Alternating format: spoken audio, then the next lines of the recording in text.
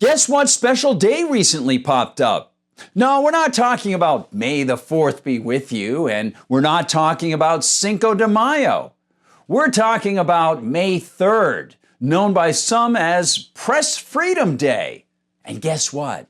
Even as they exhibit absolute disdain for journalism and free speech, Joe Biden and members of his amazingly upstanding administration told the world that, yeah, they really, really care about free speech. Hi everyone, I'm Gardner Goldsmith for MRC-TV. Should we laugh?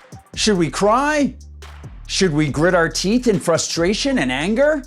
Well, get this. Joe Biden, whose entire career in the White House as vice president and president has seen the most sweeping, deep, egregious, and aggressive censorship of Americans in national history, on May 3rd actually displayed the unabashed audacity to issue a statement promoting the occasion of World Press Freedom Day. This is not a joke.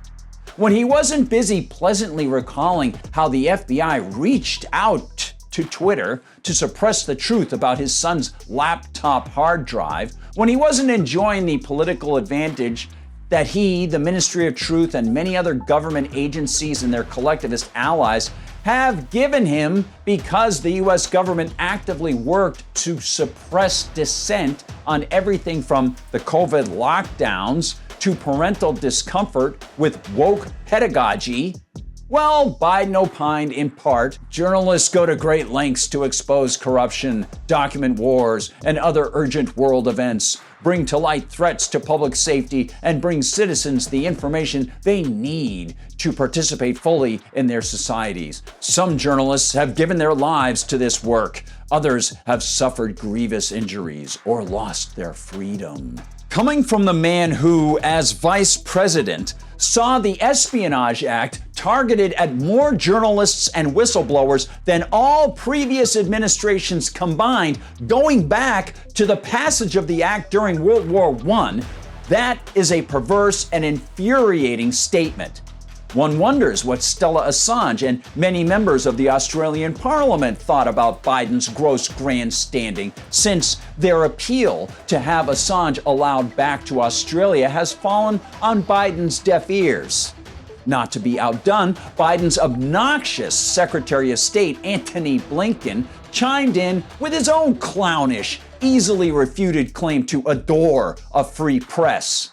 This would be Blinken, who remained very quiet as Ukraine arrested and saw die in Ukrainian custody American journalist Gonzalo Lira. But what is one to expect from fatuous, self-congratulatory blowhards like Biden and Blinken and many of their ilk in D.C.? We already have seen journalists such as Michael Schellenberger and Matt Taibbi reveal the cozy financial and political relationships between so-called federal police agencies like the CIA and FBI and federal funding of censorship agencies based at universities, as well as FBI funding, evidently, that has been tied to Twitter's censorship of real news, reported by citizen journalists like you and perhaps many of your neighbors. Last week, reports emerged that 13 banks allegedly worked with the federal agencies in D.C. and elsewhere to flag private purchasers of guns and Bibles. In November, Joe Biden issued an executive order to mandate that any software developer the feds target must turn over to the government its programs and safety codes. Democrat and Rhino senators last year tried to pass Senator Mark Warner's, that's a Democrat from Virginia, Restrict Act to stifle online speech. Politicians like Liz Warren, Democrat of Massachusetts, and Lindsey Graham, Republican of South Carolina, also want to mandate licenses for the internet. In their case, pushing the license mandates onto large, as they define the word, social media sites, and threatening to revoke the licenses when the government doesn't like what's on the sites. Well, perhaps they'll receive some pushback. All of them. After all, when former House Speaker Newt Gingrich said in 2006 that he thought it prudent to have all internet content approved or banned by a panel of judges, and that he thought said panel should be composed of people who all had obtained military experience, the response from even an ardent leftist like Keith Olbermann was appropriately negative. Of course, Olbermann's stance on freedom of speech is about as solid as a sandcastle in the rain. Which brings us to the three most recent examples of all of this censorship activity that belie the Biden peacock display of his vaunted love of free speech.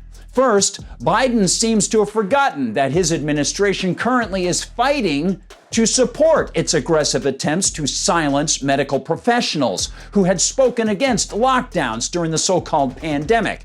That's the Supreme Court case of MRC v. Missouri.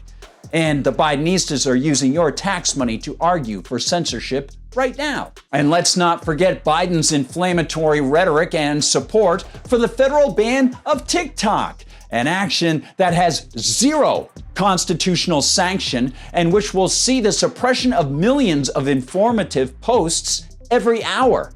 This while the U.S. government steals our cash to subsidize the federally created propaganda monolith of the Corporation for Public Broadcasting.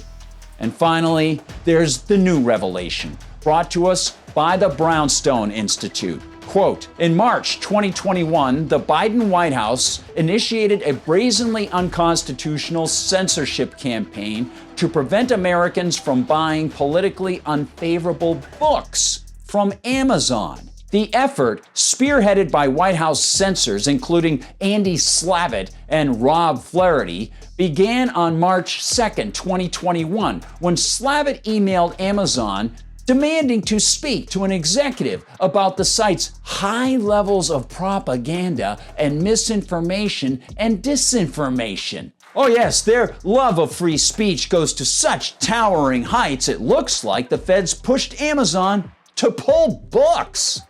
It sure is odd that Biden and Blinken didn't mention that in their grand statements. It's almost Orwellian.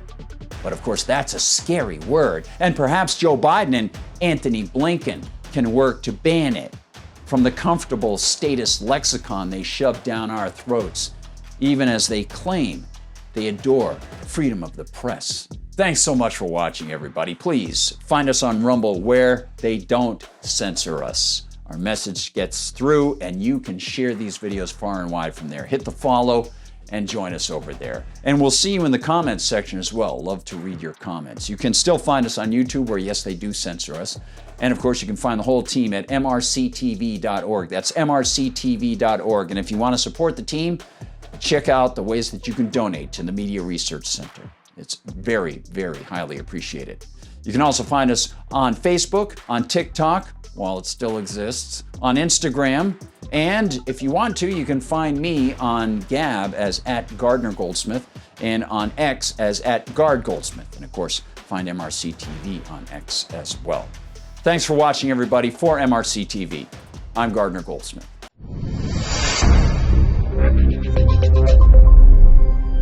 I want to invite you as my guest on a very special, once-in-a-lifetime, 7-day post-election cruise in the Caribbean.